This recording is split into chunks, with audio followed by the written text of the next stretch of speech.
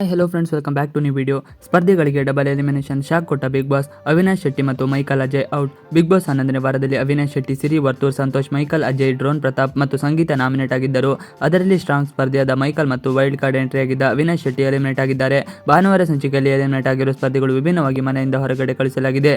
ಅವಿನಾಶ್ ಶೆಟ್ಟಿ ಮತ್ತು Michael Ajay out. ಇತ್ತೀಚೆಗೆ wild card entry ಮೂಲಕ ಬಂದಿದ್ದ ಪುವಿ ಪೂವಪ್ಪ 3ನೇ ವಾರಕ್ಕೆ ಕಳೆದ ವಾರ ಮನೆಯಿಂದ ಹೊರ ಹೋಗಿದ್ದರು.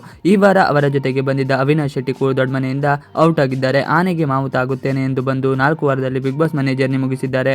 ಇನ್ನು ಬಿಗ್ ಬಾಸ್ ಮನೆಯ ಕಾಮನ್ ಎಂಟ್ರಿ ನೀಡಿದ್ದ ಮೈಕಲ್, ಅಜಯ್ ಕೂಡ ತಮ್ಮ ಬಿಗ್ ಬಾಸ್ ಪಯಣ ಮುಗಿಸಿದ್ದಾರೆ. ಕನ್ನಡ ಬರದೇ ಇದ್ದರೂ ಕನ್ನಡ ಕಲಿತು ಕನ್ನಡ ಟೀಚರ್ ಆಗಿ ಬಿಗ್ ಬಾಸ್ ಮನೆಯಲ್ಲಿ ಕಾಣಿಸಿಕೊಂಡಿದ್ದರು. ಇದೀಗ ಕನ್ನಡ ಪ್ರೇಮದಿಂದಾಗಿ ಜನ 77 ದಿನ ಅವರನ್ನು ಮನೆಯಲ್ಲಿ ಉಳಿಸಿಕೊಂಡಿದ್ದರು. ಸದ್ಯಕ್ಕೆ ಅವರು ಕೂಡ ಡಬಲ್ ಎಲಿಮಿನೇಷನ್ ಪ್ರಕ್ರಿಯೆಯಲ್ಲಿ ಬಲಿಯಾಗಿದ್ದಾರೆ. ಬಿಗ್ ಬಾಸ್ ಮನೆಯಿಂದ ಹೀಗೂ ಹೊರಬರಬಹುದೇ ನೋಡಿ. ನಾಮಿನೇಷನ್ ಕೊನೆಗೆ ಉಳಿಸಿಕೊಂಡಿದ್ದು ಮೈಕಲ್ ಮತ್ತು ಅವಿನಾಶ್ ಪರ ಬಿಗ್ ಬಾಸ್ ಇತರ ಸದಸ್ಯರು ಕೂಡ ವೋಟ್ ಮಾಡಿದ್ದರು. ತುಕಾಲಿ ಸಂತೋಷ್, ವರ್ತು ಸಂತೋಷ್, ತನಿಷಾ, ಸಂಗೀತ, ಡ್ರೋನ್ ಪ್ರತಾಪ್ ಎಲ್ಲರೂ ಅವಿನಾಶ್ ಮತ್ತೊಂದು ಅವಕಾಶ ನೀಡಬೇಕು ಎಂದು ಕೇಳಿದ್ದರು. ವಿನಯ್, ಕಾರ್ತಿಕ್, ನಮ್ರತಾ ಎಲ್ಲರೂ ಮೈಕಲ್ ಕಡೆ ಒಲವು ತೋರಿಸಿದ್ದರು.